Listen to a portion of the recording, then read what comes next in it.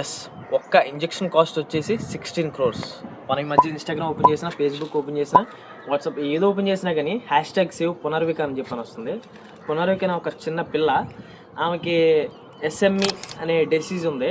So దానికి ఒక injection cost వచ్చేసి 16 crores. సో ఈ మనీ కలెక్ట్ చేయడానికి చాలామంది ఇన్ఫ్లుయెన్సర్స్ అయితే వీడియోలు చేస్తున్నారు అండ్ అలానే చాలామందిని డొనేషన్ కోసం అడుగుతున్నారు. కొంతమంది అయితే డబ్బాలు పట్టుకుని నార్మల్గా ఒకరోజు ఒక ఊరు అని చెప్పని తిరుగుతున్నారు. ఇంకొకళ్ళు అయితే డైరెక్ట్ సైకిల్ యాత్ర స్టార్ట్ చేశారంట, అంటే ఎక్కువ మంది తెలియడానికి, ఎక్కువ మంది హెల్ప్ చేస్తారని చెప్పని. ఇంకొక చోట అయితే ఒక ఆయన ఆటో తోలుకుని ఆయన వాళ్ళ పిల్లల చదువు కోసం పెట్టుకుని 40,000 ఇచ్చారంట. ఇవన్నీ చూస్తే స్టాలిన్ మూవీలో డైలాగ్ ఉంటుంది కదా, ఎవరో ముక్కు మొహం తెలియని వాళ్ళకి మనం హెల్ప్ చేసినప్పుడు వాళ్ళకు కూడా ఇంకొకరికి హెల్ప్ చేయాలన్న మనస్తత్వం తప్పకుండా వస్తుంది.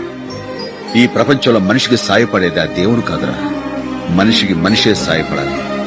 ఎవరైనా హెల్ప్ చేయాలనుకుంటే ఇన్స్టాగ్రామ్లోకి వెళ్ళి #సేవ్ పునర్విక అని కొడితే QR కోడ్స్ వస్తే దానికి సెండ్ చేయండి. అండ్ అలానే వీలైనంత ఎక్కువ మందికి ఈ వీడియోని షేర్ చేయండి. సో దానివల్ల ఏమవుద్దంటే ఎవరైనా హెల్ప్ చేయాలనుకునే వాళ్ళకి ఈ వీడియో యూజ్ అవుద్ది.